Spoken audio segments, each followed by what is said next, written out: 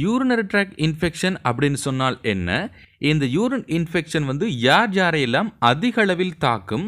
இதனை தவிர urine infection ஏற்படுகின்ற சந்தர்ப்பத்தில் எவ்வகையான பொதுவான நோய் அறிகுறிகள் குறித்த ஒரு நபருக்கு வந்து காண்பிக்கும்? இந்த 3 விஷயங்களை பற்றி தான் இன்னைக்கான வீடியோவில் பார்க்க போகிறோம். ஸோ வயது வந்த நபர்கள் கண்டிப்பாக இந்த வீடியோவை அவசியம் பாருங்கள். இந்த வீடியோ கண்டிப்பாக உங்களுக்கு யூஸ்ஃபுல்லாக இருக்கும்.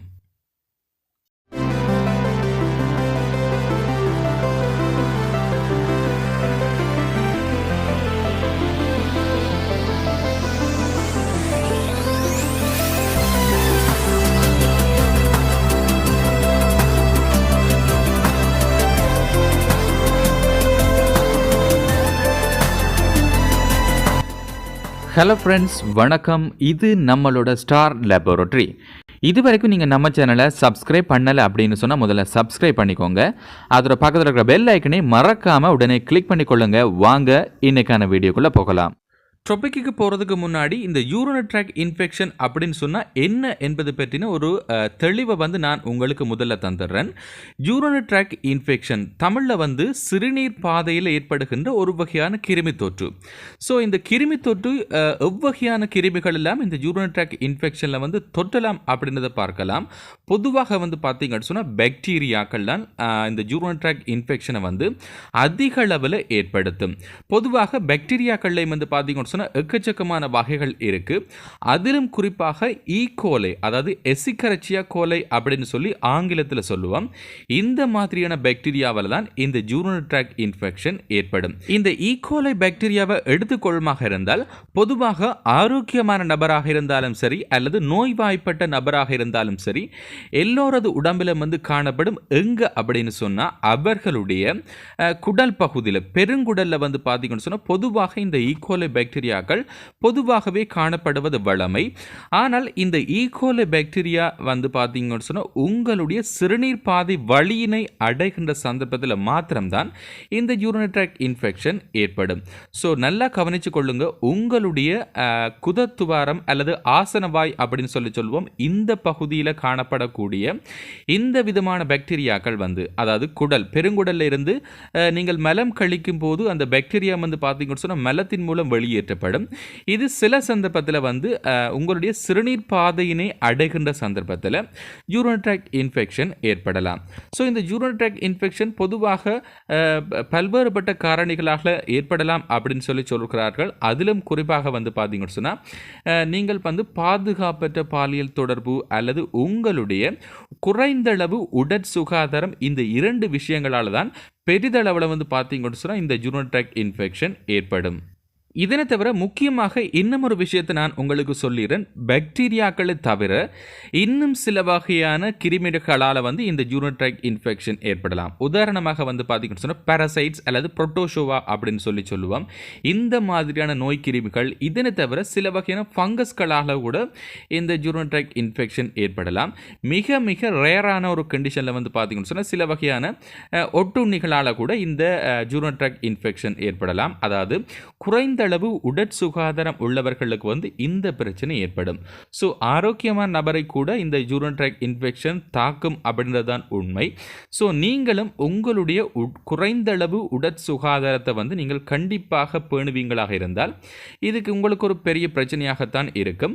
ஸோ இதிலிருந்து நீங்கள் மீண்டு வர வேண்டும் அப்படின்னு சொன்னால் உங்களுடைய உடற்சுகாதாரம், அன்றாட நடவடிக்கைகள், உணவு ரீதியான பழக்க வழக்கங்களை வந்து சின்ன சின்ன சேஞ்சஸை வந்து நீங்கள் செய்தாலே போதும். கண்டிப்பாக இந்த யூரினரி ட்ராக் இன்ஃபெக்ஷன் மறுபடியும் உங்களுக்கு ஏற்படுவதிலிருந்து நீங்கள் விடுபட்டுக் கொள்ளலாம்.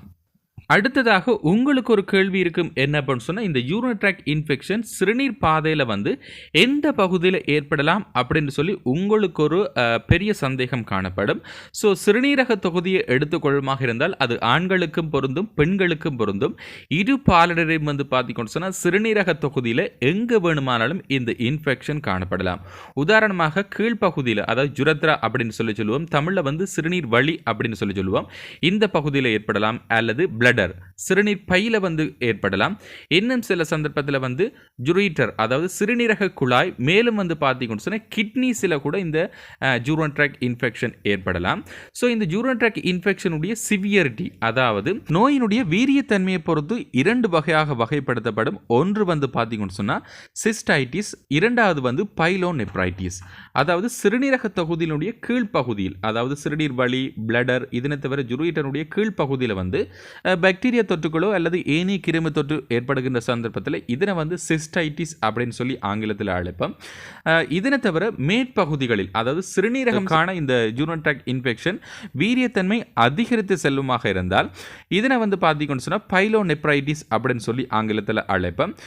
ஸோ இது தொடர்பான டீட்டெயில்ஸான விளக்கத்தை வந்து இன்னும் ஒரு வீடியோவில் நான் சொல்லியிருக்கிறேன். ஸோ அந்த வீடியோ வந்து பிளேலிஸ்டில் இருக்கு, செக் பண்ணிக்கொள்ளுங்க. இதனை தவிர இந்த சிறுநீர் பாதை தொற்று வந்து யார் யாருக்கெல்லாம் ஏற்படும் அப்படின்றத பார்க்கலாம்.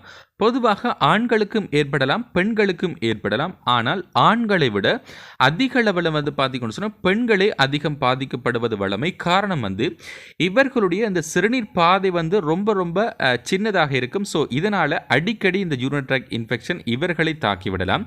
மேலும் சிறுவர்களுக்கு ஏற்படலாம், வயதானவர்களுக்கு கூட ஏற்படலாம். இதனை தவிர நோய் எதிர்ப்பு சக்தி குறைந்த நபர்கள், HIV, எய்ட்ஸ் அல்லது சிபிலிஸ் இந்த மாதிரியான வெவ்வேறு நோய்களால் பீடிக்கப்பட்டவர்களாக இருக்கலாம். மேலும் படுக்கையிலுள்ள நோயாளிகளுக்கும் வந்து இந்த யூரினரி ட்ராக்ட் இன்ஃபெக்ஷன் அடிக்கடி ஏற்படும். இதற்கு அடுத்தபடியாக இந்த சிறுநீர் பாதையில் ஏற்படுகின்ற கிருமி தொற்று காரணமாக குறிப்பிட்ட ஒரு நபருக்கு வந்து எவ்வகையான சிம்டம்ஸ் எல்லாம் காணப்படலாம் அப்படின்னு பார்க்கலாம். பொதுவாக வந்து பார்த்தீங்கன்னு சொன்னால் சிறுநீர் வழக்கத்துக்கு மாறான ஒரு நிறத்தில் வந்து காணப்படும். அதிகளவான கடும் நிறத்திலோ அல்லது வெள்ளை நிறம் அல்லது பார்த்தீங்கன்னு சொன்னால் அதிகளவான மஞ்சள், சில சந்தர்ப்பத்தில் வந்து சிவப்பு நிறத்தில் கூட வெளியேறலாம். ஸோ இந்த வழக்கத்துக்கு மாறாக உங்களுடைய சிறுநீர் வெளியேற்றப்படும் அப்படின்னு சொன்னால் இது கண்டிப்பாக ஏதோ ஒரு பிரச்சனையாக இருக்கும் அப்படின்னு சொல்லி நீங்கள் புரிந்து கொள்ள வேண்டும். இரண்டாவது விஷயம் அதிகளவான துர்நாற்றம். அதாவது வழக்கத்துக்கு மாறாக வந்து உங்களுடைய சிறுநீர் வந்து அதிக அளவில் துர்நாற்றத்தோட வெளியேறும் அப்படின்னு சொன்னாலும் இது கண்டிப்பாக சிறுநீர் பாதையில் ஏற்படுகின்ற கிருமி தொற்று காரணமாக இருக்கலாம். மூன்றாவது விஷயம் இரத்தத்துடன் கலந்து சிறுநீர் வெளியேறுதல். அதாவது சிவப்பு நிறத்திலேயோ அல்லது இரத்தம் போன்றே சில பேருக்கு வந்து சிறுநீர் வெளியேற்றப்படலாம். இது வந்து பார்த்தீங்கன்னு சொன்னால் ரொம்ப ரொம்ப கவனிக்கப்பட வேண்டிய ஒரு சிம்டம்ஸ். இதனை தவிர தொற்றுட்ட நபர் வந்து அதிக அளவான டயர்ட் அல்லது வாந்தி வருவது போன்ற உணர்வு வந்து காணப்படலாம். மேலும் வந்து சில பேருக்கு அடி வயிற்றில் வந்து வலிகள் ஏற்படலாம் அல்லது தசைப்பிடிப்பு போன்ற ஒரு உணர்வு ஏற்படலாம். இதனை தவிர இன்னும் சில பேருக்கு வந்து சிறுநீர் கழிக்கும் போது அதிகப்படியான எரிச்சல் அல்லது அதிகப்படியான வலி கூட ஏற்படலாம். இது வந்து பார்த்தீங்கன்னு சொன்னால் முக்கியமான சிறுநீர் பாதை தொற்றினால் காணப்படக்கூடிய ஒரு சிம்டம்ஸ் தான். மேலும் சிறுநீரினுடைய கனவளவு குறைவடைகின்ற சந்தர்ப்பமும் காணப்படுகின்றது. இதை வந்து ஆங்கிலத்தில் டிஸ்யூரியா அப்படின்னு சொல்லுவோம். இந்த சிம்டம்ஸும் வந்து சிறுநீரக பாதையில் ஏற்படுகின்ற அந்த கிருமி தொற்று வந்து ஏற்படுத்துவது வழமை. இதனை தவிர சிறுநீர் பாதை தொற்று வந்து ரொம்ப ரொம்ப அதிக அளவில் நீண்ட காலமாக கவனிக்கப்படாமல் விடும் பட்சத்தில் பாரதூரமான விளைவை கூட ஏற்படுத்தலாம். அதாவது இந்த இன்ஃபெக்ஷன் வந்து கிட்னி, அதாவது உங்களுடைய சிறுநீரகத்தினை கூட பாதிக்கலாம். இந்த சந்தர்ப்பத்தில் சில பேருக்கு வந்து அதிகப்படியான காய்ச்சல் கூட ஏற்படலாம். முன்பு கூறியது போன்று அதிகப்படியான வாந்தி, குமட்டல், இதனை தவிர வந்து சிறுநீரின் மூலம் அதிகளவான ரத்தம் வெளியேறலாம். குளிர் போன்ற நடுக்கம், இந்த மாதிரியான சிம்டம்ஸ் வந்து காணப்படும். இதன்போது கண்டிப்பாக மருத்துவ உதவி தேவைப்படும். ஸோ இவர்கள் வந்து கட்டாயம் ட்ரீட்மெண்ட்டை வந்து எடுத்துக்கொள்ளுங்க. ஸோ ஃப்ரெண்ட்ஸ், இன்னைக்கான வீடியோவில் வந்து இந்த சிறுநீர் பாதையில் ஏற்படுகின்ற கிருமி தொற்றினை பற்றின ஒரு அடிப்படை விஷயங்களை வந்து உங்களுக்கு நான் சொல்லி தந்திருக்கிறேன்.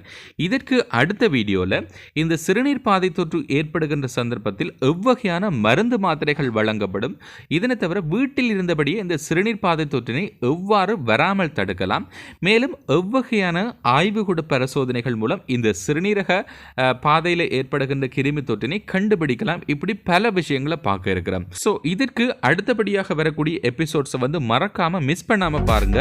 இந்த வீடியோ உங்களுக்கு பயனுள்ளதாக அமைஞ்சிருந்தா கண்டிப்பாக லைக் பண்ணுங்க. அப்படியே கீழே உங்களுடைய கமெண்ட்ஸையும் கமெண்ட் பண்ணுங்க.